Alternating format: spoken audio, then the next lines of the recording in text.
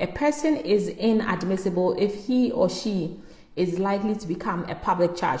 That is somebody who is primarily dependent on the government for subsistence. You don't like to work or you cannot work. You can't afford certain things due to health reasons or some other grounds, and you cannot work, and so you have to ask the government for money, for food, you just need the government help to be able to live. There are other people that provide everything for themselves. Those people do not depend on the US government.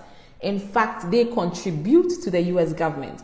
But there are some other people that need the US government's help to be able to get food, to be able to live, to be able to get medical care. If you are likely to become a burden on the government in the future, then you cannot get a visa, you cannot get a green card. If you are somebody that the government feels like you're going to be a leech, the US government is just like anybody, any ordinary person. The US government also wants people who will benefit the US government or the country.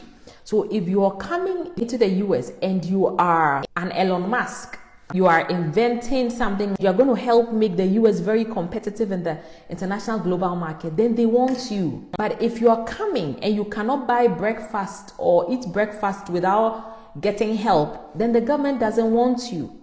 The US government also wants good things. They want people that are going to contribute and make sure that the US also succeeds, because the US is in competition with other nations. Everybody wants to advance and so wants to associate themselves with people who are progressing. That's why they say the poor man has no friends. So if you are somebody that you are likely to become a burden or a leech, or you are just going to bother the government, then the government doesn't want you. They're not going to give you a visa. And which is why a lot of people will go for a B2 visa.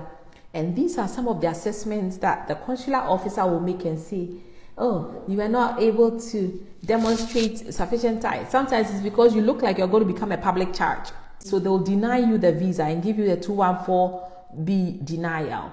Or you're coming in as a green card holder and they look at the totality of the circumstances and they're like, this guy in about 2 years, he's going to become a burden on the US government. I'm sorry, we cannot grant you the visa. You are inadmissible due to becoming a public charge. And they'll deny your visa until you are able to overcome that ground of inadmissibility.